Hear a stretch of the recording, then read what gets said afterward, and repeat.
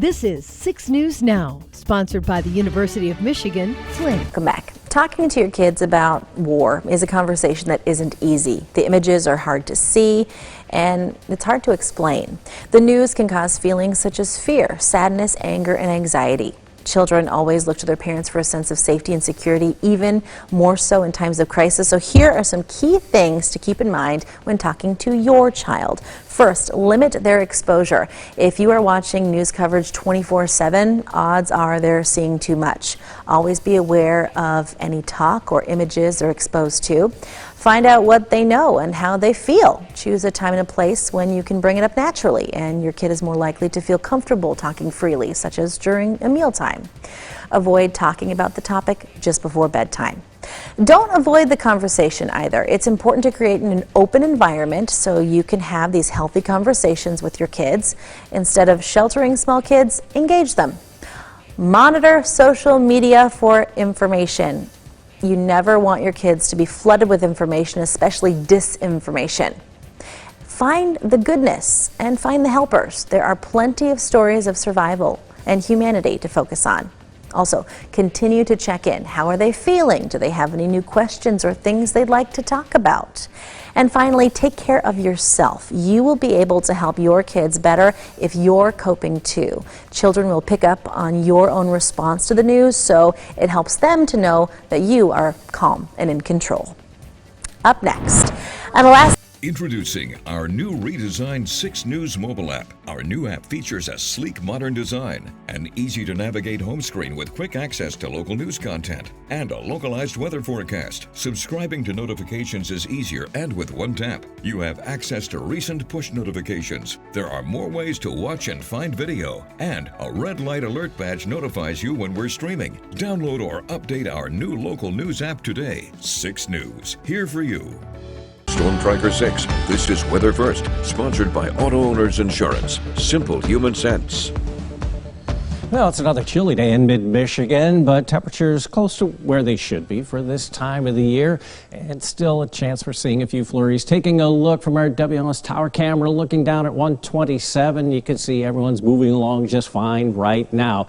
We still, again, have a chance of seeing a few of those snow showers or flurries, but as the day goes on, things will tend to settle down a little bit. Right now, taking a look at St. John's at this time, the temperature here 33 degrees with a west wind at 8 miles per hour. And in Grand Ledge, nice breaks in the overcast at this time, also at 33 degrees. Heading into the capital area, we have 34 degrees with a west-northwest wind at 12 miles per hour. Heading into the Jackson area, lots of clouds, but there are some breaks in the cloud cover.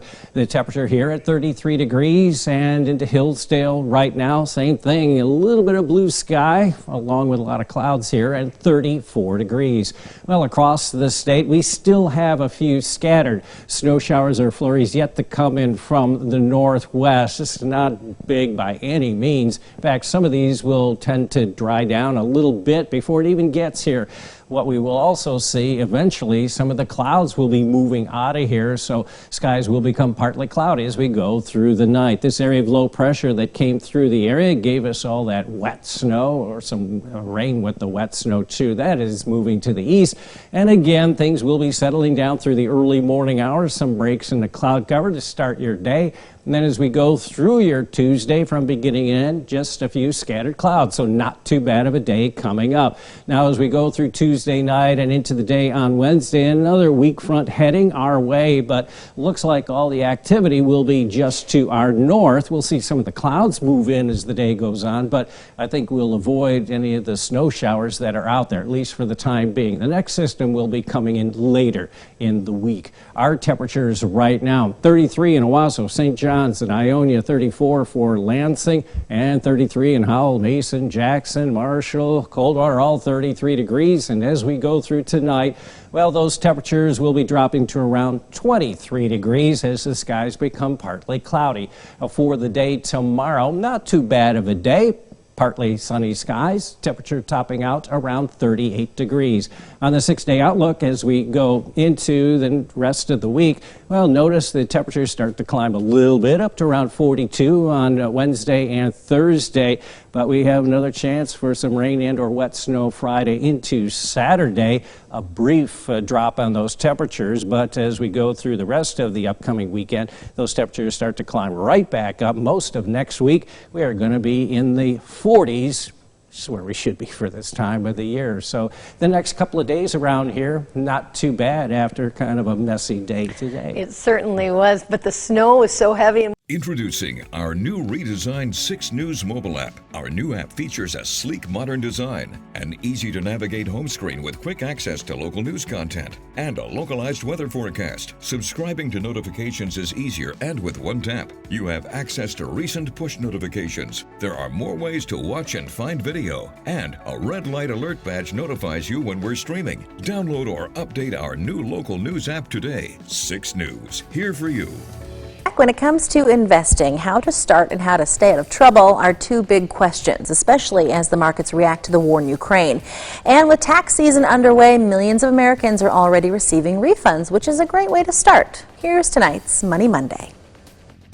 You know, when we look at other parts of the economy, when something's on sale by 10 or 15 or 20%, we get psyched. But all of a sudden, when stocks are on sale and stocks are 11 or 20% lower than they were just months ago, we get really nervous. So here's what you need to do. Confront your fear and understand that this is the best way to actually reach your long-term goals. You got to build the foundation. You got to make sure that you've got your emergency reserve fund and pay down your credit card debt. But then investing really becomes a key component in your financial foundation. The whole point of investing is to grow your nest egg faster than the inflation rate. Now, if you look at the last 3 years, if you were an investor, you've made about 115% since the bottom, and that's way in excess of the inflation rate. So this is the power of compounding, of starting early and getting your plan jump-started. I think the most important thing is if you have a workplace retirement plan, it's really the easiest way to start. So that's a 401k or a 403b or a 457. They take that money out automatically from your paycheck, so it's really easy. But if you don't, maybe an IRA or a Roth IRA, you can open up an account pretty much anywhere, any bank or app, and you can automatically have money go from your checking or savings into that account. I like places where you can invest cheaply in index funds. So that means that we're talking about Vanguard and Fidelity and T. Rowe Price and E-Trade and Charles Schwab. And you know what? There are lots of options out there. Explore them. Many of these places actually don't even require minimums to start. So you literally can start with $5 or $10. Keeping it simple means maybe just using those cheap index funds, but you really want diversification. You don't want a big bet on any single area. So a little in the stock index fund, a little in a bond index fund, some cash, maybe some commodities, and then don't futz around with it. Stick to your game plan. All of these companies will allow you to actually take a risk assessment questionnaire and will also allow you to say how long before you need the money. These are the important metrics, not whether you beat the market. When do you need your money? How much risk can you absorb? Because all of these new companies have really basically democratized investing, meaning they have made investing available for everyone. So you get that tax refund. Last year, the average tax refund was about $2,800. You get that tax refund, you pay down your debt, get your money working for you. Coming up on 6 News at 5:30. 6 News mobile app. Our new app features a sleek, modern design, an easy-to-navigate home screen with quick access to local news content, and a localized weather forecast. Subscribing to notifications is easier and with one tap. You have access to recent push notifications. There are more ways to watch and find video, and a red light alert badge notifies you when we're streaming. Download or update our new local news app today. 6 News, here. Thousands of people have been forced to leave their homes as Russia has invaded Ukraine. And for the most part, the Ukrainian refugees have been welcomed with open arms. But that process has highlighted how some refugees in the past have been treated quite differently. Erica Brown-Binion is the executive director of the Refugee Development Center in Lansing. She says no matter where you're from, Being a refugee is horrible. Being forced to flee your homeland is central to that experience. Being in danger and having to escape persecution is really the central definition of who a refugee is. Many people have used a very different tone when discussing Ukrainian refugees, including the Bulgarian Prime Minister, Kirill Petkov, who told journalists, "These are not the refugees we are used to. These are Europeans. These people are intelligent. They are educated people. This is not the refugee wave we have been used to. People we were not so sure about their identity. People with unclear pasts who could have even been terrorists." Petkov isn't alone. CBS News apologized after a correspondent said the conflict in Kyiv wasn't like Iraq or Afghanistan, describing the city as relatively civilized. Implicit biases is so your brain has the tendency to label things in order for it to store it. Dr. Farha Abbasi is a psychiatrist and an assistant professor at Michigan State University.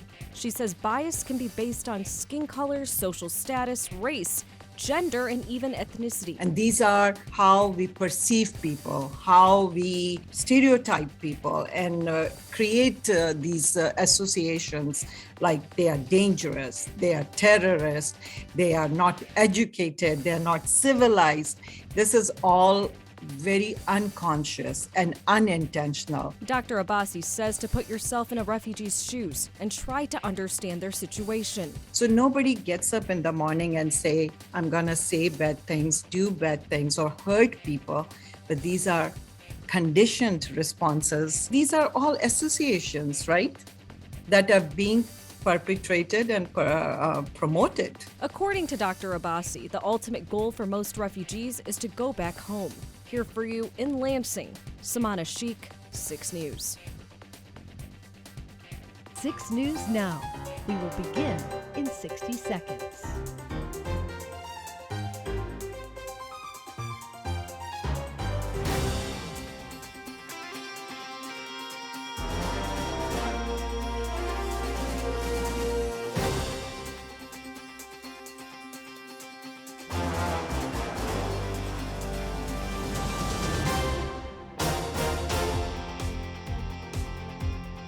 Six News Now will begin in 30 seconds.